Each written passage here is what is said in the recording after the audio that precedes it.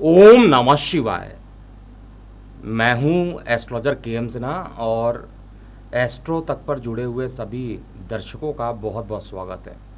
देखिए, आज के वीडियो में हम लोग राशि परिवर्तन के बारे में बात करेंगे। सूर्य देव का राशि परिवर्तन होने वाला है और सूर्य की ये जो मीन संक्रांति हो रही है, ये काफ़ी महत्वपूर्ण है, क्योंकि जब भी सूर्य देव धनु राशि में या मीन राशि में प्रवेश करते हैं, जो कि दोनों ही बृहस्पति देव के अधीन आते हैं, तो उस समय खरमास लग जाता है। खरमास को अगर तोड़ दिया जाए दो वर्ड में, तो खर और मास यानी पूरे मास में निषेध रहता है। अब ये क्या क्या चीज़ें जो निषेध रहती हैं उसको समझिए। इस दौरान कभी भी कोई मांगलिक कार्य आप नहीं कर सकते हैं, जैसे विवाह, मुंडन संस्कार, गृह प्रवेश, नए व्यवसाय का प्रारंभ करना, नए उद्यमों का प्रारंभ करना, ये सब कुछ वर्जित होता है इस दौरान, क्योंकि खरमास लग जाता है। और खरमास लगने के कारण इसका पूरे जगह पर व्यापक रूप से देखने को मिलता है। और हमारे वैदिक ऋषि मुनियों ने इसको इसलिए कहा है कि इस समय वर्जित कीजिए चीज़ों को, क्योंकि नैसर्गिक रूप से दो ही शुभ ग्रह लगभग प्राप्त है। क्योंकि बुध और जो चंद्रमा होते हैं, वो डिपेंडेंट होते हैं कि वो शुभ फल देंगे या नहीं देंगे, लेकिन नैसर्गिक रूप से जो हमेशा शुभ होते हैं उसमें देवगुरु बृहस्पति और शुक्र होते हैं।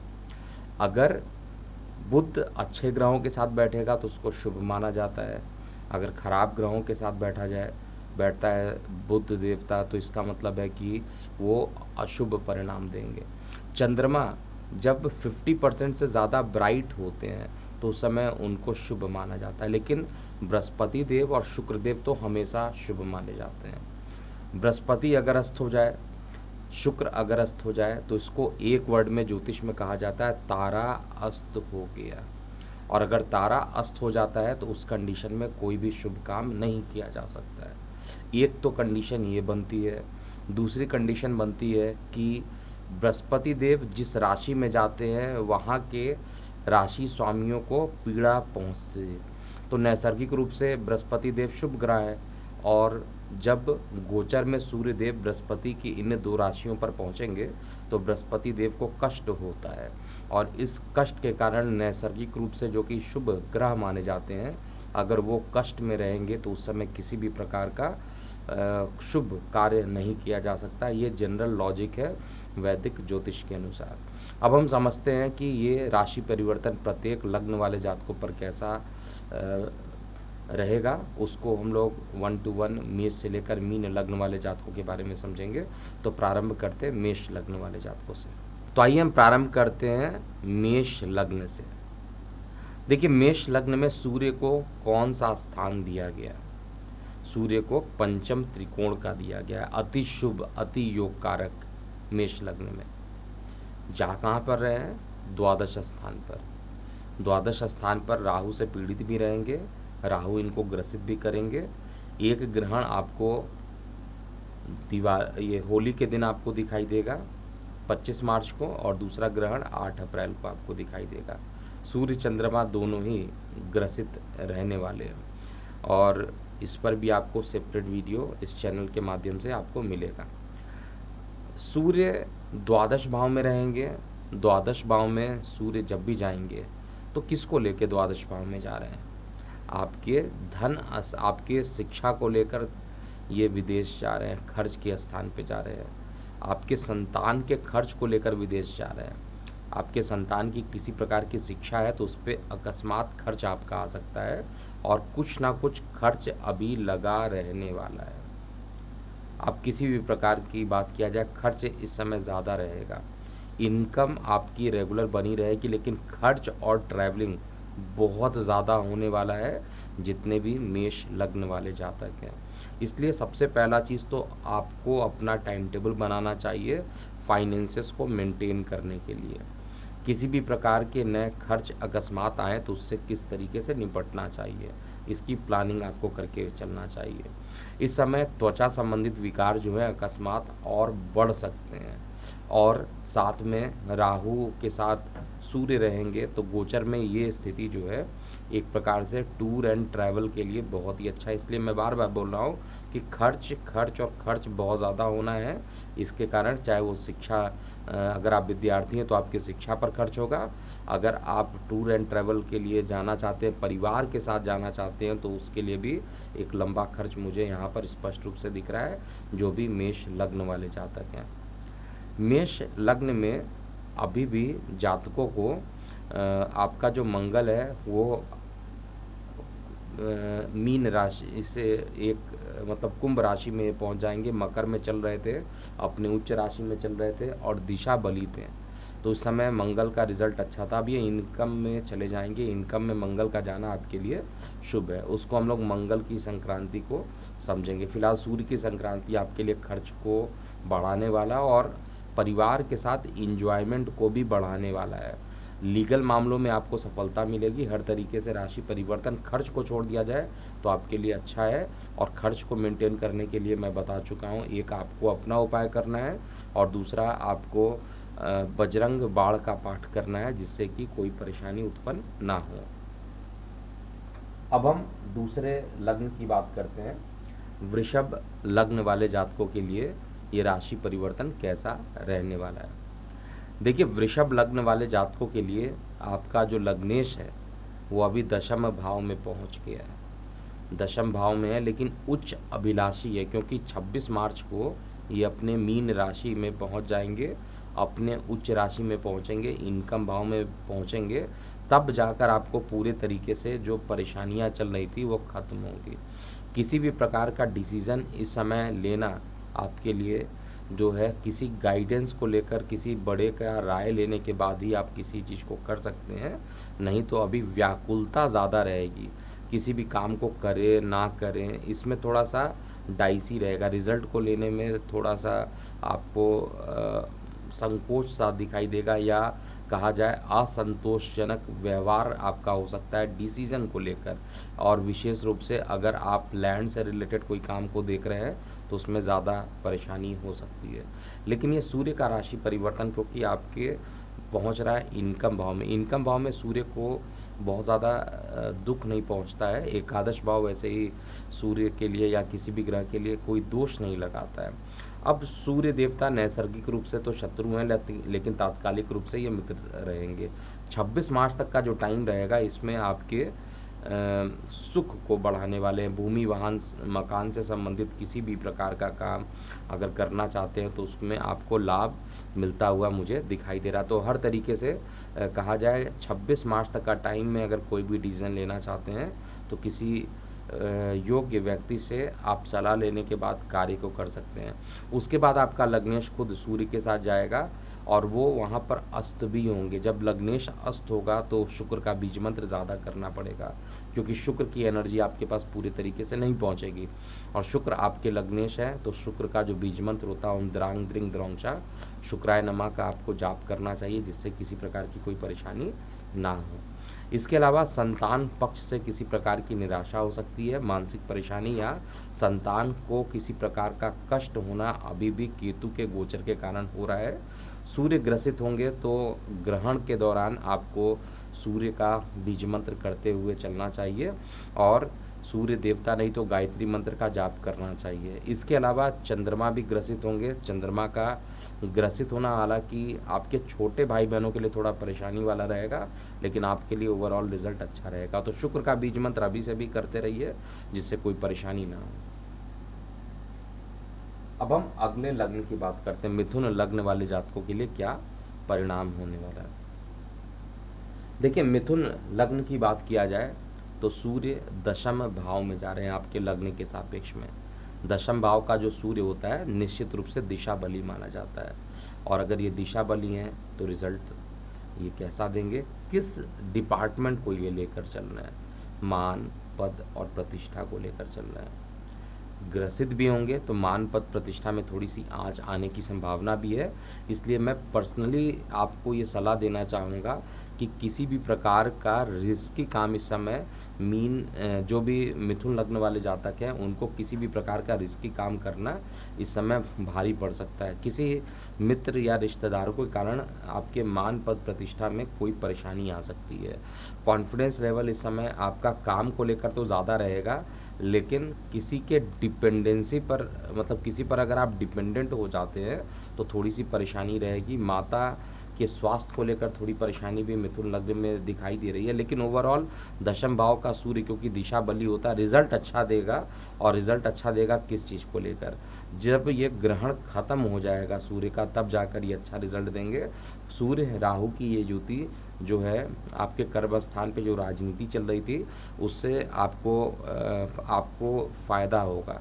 किसी प्रकार की राजनीति में सामान्यतः आपको नुकसान होता है, लेकिन ये जो राजनीति होगी और सूर्य का राशि परिवर्तन हो रहा है इसके कारण आपको अच्छे परिणाम देखने को मिलेंगे।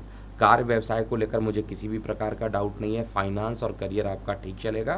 केवल मान पद प्रतिष्ठा जो है, जो आपके मित्र है, रिश्तेदार है, हिडन शत्रु है, वो आपके ख़राब करने की कोशिश करेंगे। लेकिन आप याद रखिएगा कि बुद्ध का जो बीज मंत्र होता है उसको लगातार करेंगे। गणेश जी की पूजा कीजिए क्योंकि इस समय आपका लग्नेश नीच राशि में चल रहा है। गणेश जी को याद कीजिए। अगर आप गणेश जी की पूजा करते हैं, याद करते हैं, तो एटलीस्ट आपको परेशानी बहुत ज़्यादा नहीं होगी। इसके बाद हम बात करते हैं कर्क लग्न वाले जातकों के लिए। देखिए, कर्क लग्न में सूर्य अभी तक अष्टम भाव में गोचर कर रहे थे। अष्टम भाव का सूर्य वैसे भी कहा जाए तो काफ़ी परेशानियां, परिवार को लेकर परेशानी रही होगी, धन को लेकर कुछ ना कुछ परेशानी सूर्य देवता कर रहे होंगे। लेकिन सूर्य देवता का जो अब ये गोचर है आपके भाग्य भाव में जा रहा है, आपके पिता के भाव में जा रहा है। धन के मालिक हैं और साथ में भाग्य में जा रहे हैं, तो आप कंक्लूजन निकाल सकते हैं कि आपको भाग्य से धन की प्राप्ति होगी। शेयर सट्टा लॉटरी में अकस्मात लाभ मिलने की संभावना हो सकती है। इसके बाद धर्म के प्रति जो यात्राएं हैं उससे आपको धन लाभ की प्राप्ति होगी। यात्रा के कारण जो है मानसिक रूप से तनाव जो था वो खत्म होगा। माता पिता के साथ संबंध जो रहेंगे वो मधुर बन जाएंगे और इस समय जो भी आप कार्य करेंगे उसमें आपको सफलता मिलेगा। आपके मान पद प्रतिष्ठा में किसी प्रकार की परेशानी चल रही थी तो वो परेशानी खत्म होगी और समाज में आपका जो आत्मविश्वास दिखाई देता है वो एक बार पुनः निश्चित रूप से फैलने वाला है। यानी आपका जो कॉन्फिडेंस लेवल है वो आपका बढ़ेगा। और इस समय मित्र रिश्तेदार जो रहेंगे उनसे आपको थोड़ा सा सतर्क तो रहना चाहिए, लेकिन फिर भी नेम फेम के मामले में आपको अच्छा रिजल्ट मिलेगा। सूर्य को जब ग्रहण लगेगा तो पिता के स्वास्थ्य को लेकर थोड़ी परेशानी हालांकि उस समय रहेगी। ग्रहण के कुछ दिन पहले कुछ दिन बाद की जो कंडीशन होगी वो पिता के लिए थोड़ा सा भारी हो सकता है, लेकिन यात्राओं में यात्रा करना इस समय आपके लिए अच्छा रहेगा। यात्रा करने के कारण तनावपूर्ण जीवन जो है वो आपका खत्म होगा और आपको इस समय केवल और केवल ओम श्रांग श्रींग श्रौम सा चंद्रमसे नमा का जाप करना चाहिए, जिससे कि चीज़ें ठीक हो जाए। अगले लग्न की बात करते हैं। सिंह लग्न वाले जातकों के लिए ये राशि परिवर्तन कैसा बीतने वाला है। देखिए, सिंह लग्न की बात किया जाए तो सिंह लग्न में आपके लग्नेश का राशि परिवर्तन हो रहा है। लग्नेश चाबी कहाँ पर रहे? अष्टम में ग्रसित रहेंगे। अष्टम में लग्नेश चला जाए, चाहे वो सूर्य ही क्यों ना हो, हालांकि सूर्य को अष्टम का दोष नहीं लगता, ये बात सही है, लेकिन सूर्य अष्टम में जाएंगे, राहु से पीड़ित होंगे, सूर्य को ग्रहण लगेगा, तो निश्चित रूप से अलर्ट हो जाइएगा। मानसिक तनाव अकस्मात उत्पन्न हो सकता है। इस समय ध्यान करना, मंत्र तंत्र आराधना, इन सभी चीज़ों में यानी अकल्ट साइंसेस की तरफ आपका ध्यान जो है वो आकर्षित होगा। लेकिन परिवार में माता पिता के साथ या परिवार में किसी के साथ आपके रिलेशन जो हैं वो बहुत अच्छे नहीं होंगे और आपको मानसिक पीड़ा भी इस समय हो सकती है। सूर्य देव का ये राशि परिवर्तन, अगर आप गॉल ब्लैडर में स्टोन है या किडनी में स्टोन है तो ये समय आपके लिए बेसिकली अच्छा नहीं है। और 26 मार्च के बाद जब ये पूरे तरीके से बलवान हो जाएंगे, डिग्री वाइज इनको बलाबल मिल जाएगा, तो उस समय ज़्यादा कष्ट देंगे। 26 मार्च तक तो उतना कष्ट नहीं देंगे, 26 मार्च से लेकर आपको 9 अप्रैल तक का टाइम जो रहेगा उसमें ज़्यादा कष्ट देने वाले हैं। उपाय क्या करना चाहिए, क्योंकि सूर्य, राहु और बुध की युति बन रही है, स्किन में इन्फेक्शन भी हो सकता है और इस समय त्वचा में विकार होना सामान्य बात मैं मानूंगा। तो आपको क्या करना चाहिए उपाय के लिए, आपको यहाँ पर आदित्य हृदय स्रोत का पाठ तो सभी लोगों को करना चाहिए। जो लोग इस लग्न से रिलेट करते हैं, सिंह लग्न से रिलेट करते हैं, उन सभी लोगों को आदित्य हृदय स्रोत का तो पाठ करना ही चाहिए। साथ में कोशिश कीजिए गायत्री मंत्र का भी 108 बार जाप कर ले तो काफ़ी अच्छा रहेगा। अब हम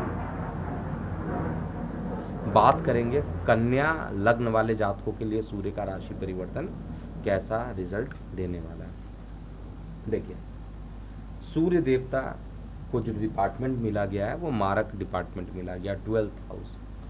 नैसर्गिक रूप से देखा जाए तो सूर्य बुध को न्यूट्रल मानते हैं, लेकिन जो बुध होते हैं वो सूर्य को मित्र मानते हैं। द्वादशीय होकर सप्तम भाव में जा रहे हैं तो वैवाहिक संबंध यहाँ पर खराब करेंगे।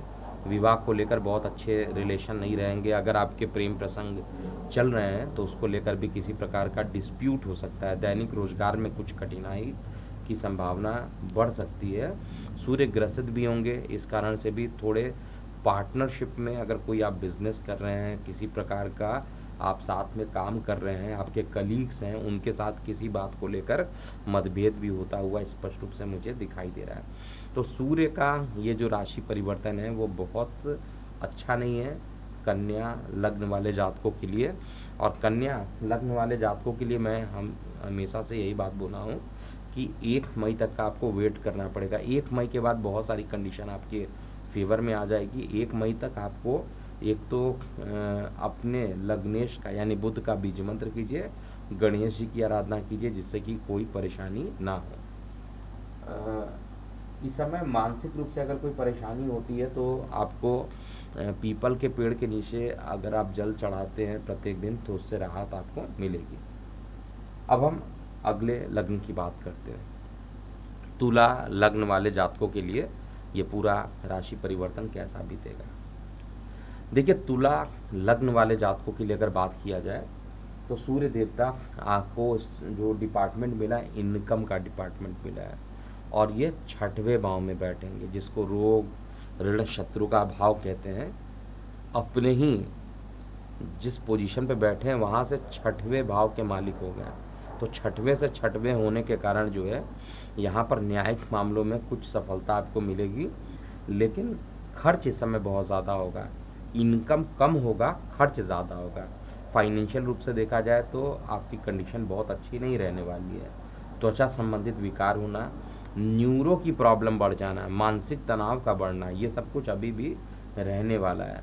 तो इस समय परेशान मत होइएगा। सूर्य क्यों ग्रसित भी हो रहे हैं, आपके मतलब नैसर्गिक रूप से कहा जाए तो शत्रु ग्रह पीड़ित हो रहे हैं, लेकिन एकादश भाव के मालिक हैं, इनकम है, तो इनकम को लेकर भी कुछ ना कुछ पीड़ा हो सकती है। बड़े भाई बहनों के साथ जो आपके रिलेशन हैं वो इस समय बहुत अच्छे नहीं रहेंगे। तो उपाय आपको नोट करके चलना चाहिए। उपाय अगर आप नोट करते हैं तो रिजल्ट आपको अच्छा मिलेगा। आपको शुक्र का बीज मंत्र करना है, या आप अष्टलक्ष्मी का प्रतिदिन अगर ध्यान करते हैं, उनके स्रोत को पढ़ते हैं, तो भी आपको काफ़ी अच्छा रिजल्ट मिलेगा। अगले लग्न की बात करते हैं। वृश्चिक लग्न वाले जातकों के लिए पूरा रिजल्ट कैसा बीतने वाला है। देखिए, वृश्चिक लग्न में सूर्य देवता कहाँ पर पहुंच रहे हैं, आपके पंचम स्थान पे। पंचम स्थान पर सूर्य का ग्रसित होना निश्चित रूप से संतान को लेकर कोई ना कोई समस्याएं उत्पन्न होना, संतान को लेकर मानसिक कष्ट उत्पन्न होना, उधर संबंधित किसी प्रकार की परेशानी बढ़ जाना, प्रेम संबंधों में विकार उत्पन्न होना, ये सारी चीज़ें इस समय हो सकती हैं। इनकम को लेकर भी कुछ चैलेंजेस आ सकते हैं। हालांकि इस समय आपकी यात्राएं हो सकती हैं। यात्रा फैमिली के साथ अगर आप करते हैं तो उस समय आपको कुछ रिलैक्सेशन मिलेगा। ये समय मंत्र जाप करने का, तंत्र विद्या का, अकल्ट साइंसेस में आप ये कहिए योगा प्राणायाम को लेकर जो है या उसमें आपको लाभ मिलता हुआ दिखाई दे रहा है। लेकिन सूर्य क्योंकि पितृ भाव के मालिक होते हैं, और सूर्य आपके लिए डिपार्टमेंट भी जो सूर्य को मिला दशम भाव का डिपार्टमेंट है, तो इनकम को तो ये बढ़ाएंगे, इसमें डाउट नहीं है। लाभ को देखेंगे, इनकम को बढ़ाएंगे। कार्य स्थान को लेकर किसी प्रकार का स्थान परिवर्तन का योग भी वृश्चिक लग्न में बन रहा है। इस टाइम में आपको निश्चित रूप से सूर्य भगवान की आराधना करनी चाहिए, सूर्य भगवान को जल अर्पित करना चाहिए, और साथ में ओम श्रांग श्रीम श्रम सा चंद्रमसे नमा का जाप करना चाहिए, जिससे कि चीज़ें आने वाले समय में थोड़ी अच्छी होती रहे। धनु लग्न की बात करते हैं। देखिए धनु लग्न में सूर्य देवता आपके भाग्य के मालिक हैं और आपके सुख स्थान पे जा रहे हैं। सुख स्थान पे जा तो रहे हैं, लेकिन जिस भाव में जाएंगे वहाँ पर पीड़ित कर देंगे उस भाव को। ऊपर से सूर्य खुद पीड़ित हो रहे हैं राहु द्वारा। तो पिता के स्वास्थ्य को लेकर अलर्ट हो जाइए, माता के स्वास्थ्य को लेकर अलर्ट हो जाइए। इस समय इस पूरे मंथ में जब तक सूर्य इस स्थान पे रहेंगे, आपको किसी भी प्रकार के नए निवेश करने से बचना चाहिए। कोई भी नया निवेश करना इस समय आपके लिए कष्टप्रद हो सकता है, इस बात का विशेष रूप से आपको ध्यान देना चाहिए। मानसिक शांति का थोड़ा सा अभाव रहेगा, लेकिन दूसरे तरफ दूर संचार माध्यमों से आपको अच्छे लाभ मिलेंगे। अगर आप नौकरी व्यवसाय में परेशान हैं तो आपके जॉब अच्छे मिलेंगे। स्थान परिवर्तन के योग भी बनते हैं, लेकिन कर्म स्थान को लेकर यानी जॉब को लेकर अच्छे रिजल्ट ये राशि परिवर्तन आपके लिए लेकर आ रहे हैं। इस समय केवल विष्णु सहस्त्र नाम का अगर आप पाठ करते हैं, या ओम ग्रांग ग्रिंग ग्रौंग सा गुरुवे नमा का बीज मंत्र करते हैं, यानी गुरु का बीज मंत्र 108 बार प्रतिदिन करते हैं, तो समय आपके लिए काफ़ी अच्छा रहेगा। कोशिश कीजिए कि स्टेशनरी के सामान, अगर इस समय जो गरीब बच्चे हैं जिनके पास पढ़ने के लिए कोई साधन नहीं है, उनको अगर आप दान करते हैं तो ये समय आपके लिए थोड़ा पॉजिटिव हो सकता है, नहीं तो थोड़ी परेशानी रहेगी। और विशेष रूप से जब माता पिता को अगर कष्ट होता है तो आपको ये उपाय ज़रूर कर लेना चाहिए। अब हम मकर लगन की बात करते हैं। देखिए मकर लगन में सूर्य देवता अष्टमेश होते हैं, अष्टम भाव के मालिक हैं। अष्टमेश होकर ये आपके थर्ड हाउस में जा रहे हैं। तो एक चीज़ तो मैं यहाँ पर कंफर्म हूँ कि इस समय छोटे भाई बहनों को लेकर कोई तनाव हो सकता है। इस समय गले को लेकर कोई परेशानी उत्पन्न हो सकती है। सूर्य ग्रसित होंगे तो निश्चित रूप से थोड़ा सा जो मानसिक स्थिति है उसमें परेशानी होगा। राइट जो ईयर है, कान है, दाएं कान में किसी प्रकार की परेशानी उत्पन्न हो सकती है। श्वसन प्रक्रिया को लेकर किसी प्रकार की रेस्पिरेटरी डिसीजेज जो होती है, रेस्पिरेटरी डिसीजेज यानी श्वसन की जो भी बीमारियां होती हैं, विशेष रूप से अगर ब्रोंकाइटिस अस्थमा से आप ऑलरेडी पीड़ित हैं तो आपको बहुत ज़्यादा ध्यान देना चाहिए। ये समय थोड़ा चैलेंजिंग आपके लिए ज़रूर हो सकता है, और इस समय उपाय पर ही आपको काम करना चाहिए। शनि का बीज मंत्र कीजिए, और केतु को शांत अगर इस समय कर लेते हैं, आप कुत्तों को अगर कुछ खाने के लिए प्रतिदिन दे देते हैं, या श्वान यानी कुत्ते की अगर आप सेवा कर लेते हैं, तो आपके लिए समय अच्छा बीतेगा। इस समय आपके जो मित्र रहेंगे वही आपका एक प्रकार से कहा जाए बुरा करने का प्रयास करेंगे। तो मित्रों पर बिल्कुल भी आप आंख बंद करके यकीन मत कीजिएगा। मित्र रिश्तेदारों के साथ थोड़ी सी तू मैं भी हो सकती है मकर लगन वाले जातकों के लिए, और पिता को कष्ट भी हो सकता है। पिता के लिए समय बहुत अच्छा नहीं है।